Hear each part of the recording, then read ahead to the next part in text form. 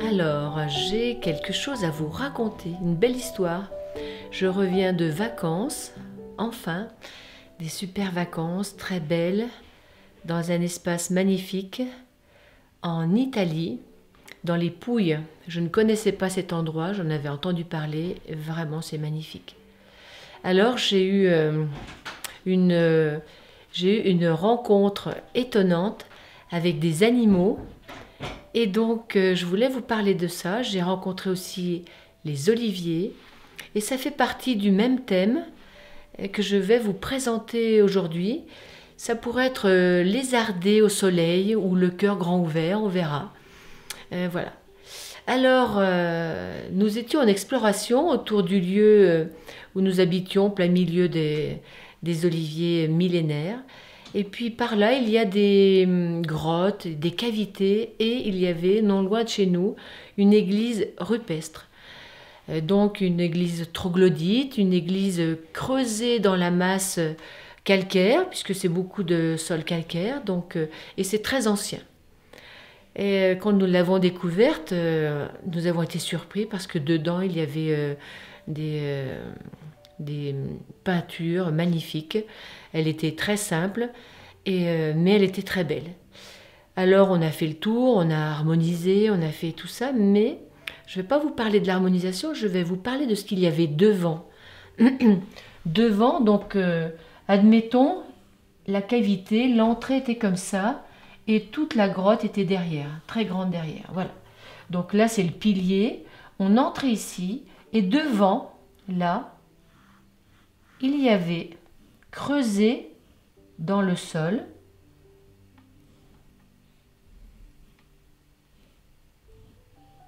des cavités assez profondes, à peu près ça, peut-être 50 cm, et celle-ci. Et donc, avec les pierres à côté. Les pierres qui les recouvraient étaient posées à côté. Voilà, étaient en tas à côté, laissées là. Donc, nous supposons que c'était des tombes. Donc, c'était certainement des endroits où les personnes, les défunts ont été enterrés devant l'église. C'est assez étonnant. Et ça ressemblait vraiment à ça. Donc, il y en avait plusieurs, encore une autre ici, enfin bref, c'est pas le sujet. Et donc, on a regardé un petit peu tout ça, on a pris des photos. Et puis, à un moment, Gilles vient ici, et là, cette cavité-là, elle est différente. Il y avait une pierre, deux pierres posées comme ça, deux pierres, et même une troisième ici, voilà, une troisième ici. Et cette cavité, quand Gilles va voir ce qu'il y a dedans, comme elle est protégée, comme si, pour faire attention de ne pas tomber dedans, en fait, là, le soleil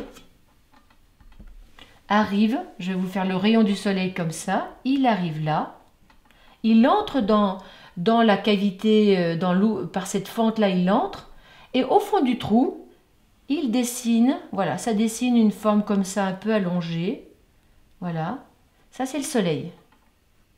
Tout autour, c'est sombre, tout autour, c'est noir, voilà, et il y a juste le soleil, le rayon du soleil qui descend au fond, et qui vient là. Et donc, c'est à peu près à 1,50 m, 2 mètres de profondeur. Donc, ça semble pas être une tombe comme les autres, c'est une autre fonction. Et là, Gilles me dit, viens voir. Et au fond du trou, il y a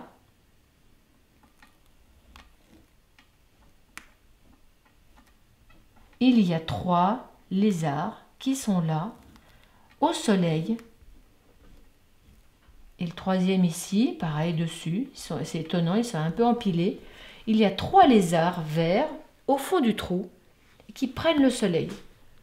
Alors moi je trouve ça assez fabuleux. D'abord, évidemment, le lézard c'est un animal à sang froid, donc il a besoin du soleil pour se dynamiser, pour son énergie, etc. Mais je me dis, mais alors ils sont coincés au fond du trou, ils sont bloqués là. Ils n'ont pas la conscience que s'ils suivent le rayon du soleil qui donne ça, admettons, en haut, c'est l'ouverture, c'est le soleil, c'est là où je suis, moi c'est ouvert. C'est-à-dire qu'il y a un champ d'olivier, il y a le soleil, il y a la nature, tout est possible. Et là, eux, ils sont en prison, enfermés au fond du trou, avec une seule vision des choses limitée. Et d'ailleurs, je suppose même que si le rayon du soleil se déplace dans la journée, il se déplace aussi pour suivre ce rayon de soleil-là. Donc, ils ont une conscience limitée des choses. Ils ne voient qu'une chose, ils croient dans cet espace-là que le soleil n'est que là, et donc ils ne vivent que dans cet espace limité. Et le reste, on pourrait dire que c'est du noir, du sombre, de l'inconnu. L'inconnu. Et l'inconnu fait souvent peur. C'est souvent la croyance que danger. D'ailleurs, le froid, à l'ombre, ça rétracte, donc la peur, donc j'y vais pas. Alors que le lézard, c'est un animal qui grimpe. Et donc, s'il voulait, s'il savait, il pourrait grimper au fond de son trou pour sortir. Voilà, il est là, ils sont là, tous les trois là. Il pourrait grimper là et sortir et être libre. Eh bien non, ils restent coincés dans ce rayon de soleil là, qui les éclaire. Et dans leur monde, il n'y a que ça qui existe. Alors je me dis, c'est quand même un sacré message symbolique. C'est quand même un sacré message symbolique. Devant une église rupestre, c'est un sacré message symbolique. Dans toutes les églises, on y va parce qu'on est croyant, on dit. Nos croyances, c'est je crois que la terre est carrée, eh bien c'est carré. Je crois qu'elle est ronde, elle est ronde. Je crois qu'elle est plate, elle est plate. Ma croyance induit ma vision des choses.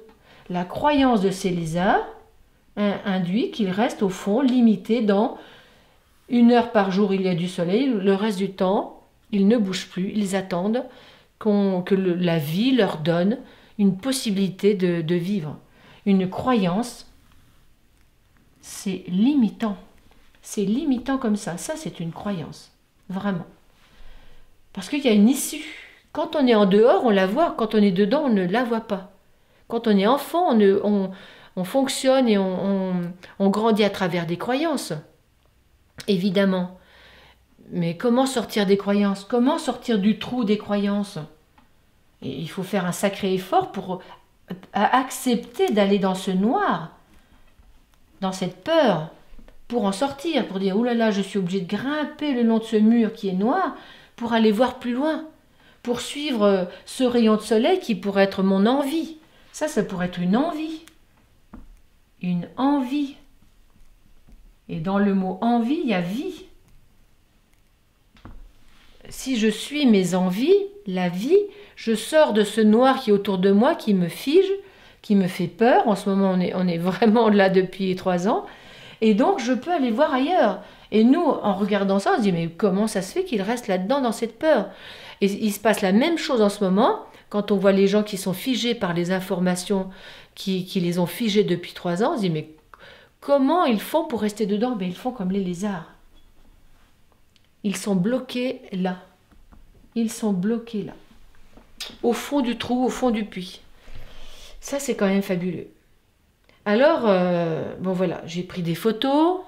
Vous allez voir ça. C'est vraiment une question de conscience.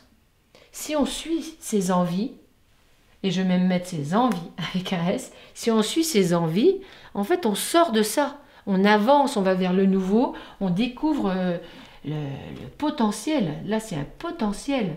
Le pot en ciel. Mais oui, il y a autre chose que nos petites croyances limitées du lézard. Et puis, ce qui est fabuleux aussi dans cet espace-là, c'est que là-bas, il y a des oliviers millénaires. Un olivier millénaire tourne, comment ça s'appelle? Son écorce, son mouvement d'écorce est en tellurique. Dans le sens tellurique, c'est-à-dire que tous les arbres vrillent comme ça, dans le sens évolutif, dans le sens de j'évolue, mais en tournant dans ce sens-là, en montant d'ailleurs. Parce que le sens tellurique, c'est le sens de la vrille qui monte. Qui monte. C'est l'éveil. Et là, si on reste au fond, on n'est pas pris par ce mouvement-là. Et alors, ce qui est très très joli, c'est que si je vous montre un olivier coupé, de coupe, ils sont comme ça. On entre ici, les branches sont là, et ici, c'est mort. Ici, c'est le bois mort, ici. Ici, c'est l'ancien. Donc, au cœur de l'olivier, il y a un vide, c'est mort, et il pousse vers l'extérieur. Il s'expanse, il grandit, il va voir plus loin. Il pousse vers l'extérieur, il s'expanse, il grandit, il va voir plus loin. Donc si on entre dans l'olivier comme ça, en fait, on est face à quelque chose qui est mort. C'est strié, voilà, et imaginez, l'arbre est comme ça, et dedans, voilà, sa largeur, là, et j'entre, et là, tout ça, c'est noir. Sauf, il y a parfois des petits trous comme ça, où on peut voir l'extérieur, les fleurs. Voilà, on peut voir tout ça, on peut voir la vie. Il y a des petits trous pour voir la vie. Il y a des petits trous pour voir la vie. C'est la même chose. Et là, moi, je me suis régalée à regarder par ces petits trous, voir l'extérieur. Mais c'est limité. Je me sentais limitée, je ne voyais qu'une partie de la vie. Ce que je croyais. J'appréciais ça, puis ça m'est très très limité. Je ne peux pas voir plus. Alors que si je me retourne, dos à l'intérieur, et appuyer, regardez, je fais ça, là, j'entre dans l'olivier, je ne vois que par une petite fenêtre. Si je me retourne, je suis comme ça, l'olivier est ouvert comme ça, et dehors, il y a la vie, le paysage. Dans mon dos, il y a ce qui est mort. Je suis dans le vide de l'olivier, dans le cœur ouvert de l'olivier. Et dans ce cœur ouvert, c'est vraiment beau la symbolique, j'aime beaucoup ça, dans ce cœur ouvert, devinez ce qu'il y a. Je vois l'avenir, mais il y a déjà, ici, il y a déjà des petits rameaux d'olivier qui poussent. Ils poussent. Et ça, on ne peut pas l'avoir autrement qu'en acceptant ce qui est mort derrière. C'est mort derrière. Je dis oui, c'est mort.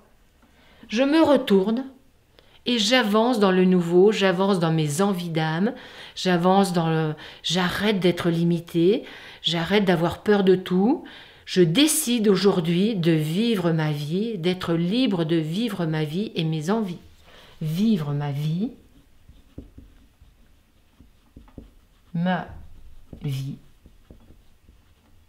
et mes envies. Voilà, si j'ai un message à vous donner par rapport à cet endroit fabuleux, donc c'est dans la botte de l'Italie, c'est presque au talon. On pourrait dire que c'est vers le talon d'Achille. Vous voyez, c'est un peu au-dessus du talon d'Achille, dans le mollet. Et donc, par là, il y a vraiment un message fabuleux par rapport à nos croyances, à nos limitations, au vide. L'olivier est un arbre extraordinaire, extraordinaire. Voilà, je crois que je vous ai tout dit. Et puis, à vous de jouer, de vous retourner, écoutez vos envies. On est au début mai. Et bien, début mai, il faut aller vers son bonheur. Et le bonheur, c'est quand on se réalise. Et donc, je vous embrasse et je vous transmets le message des oliviers qui sont fabuleux. À bientôt.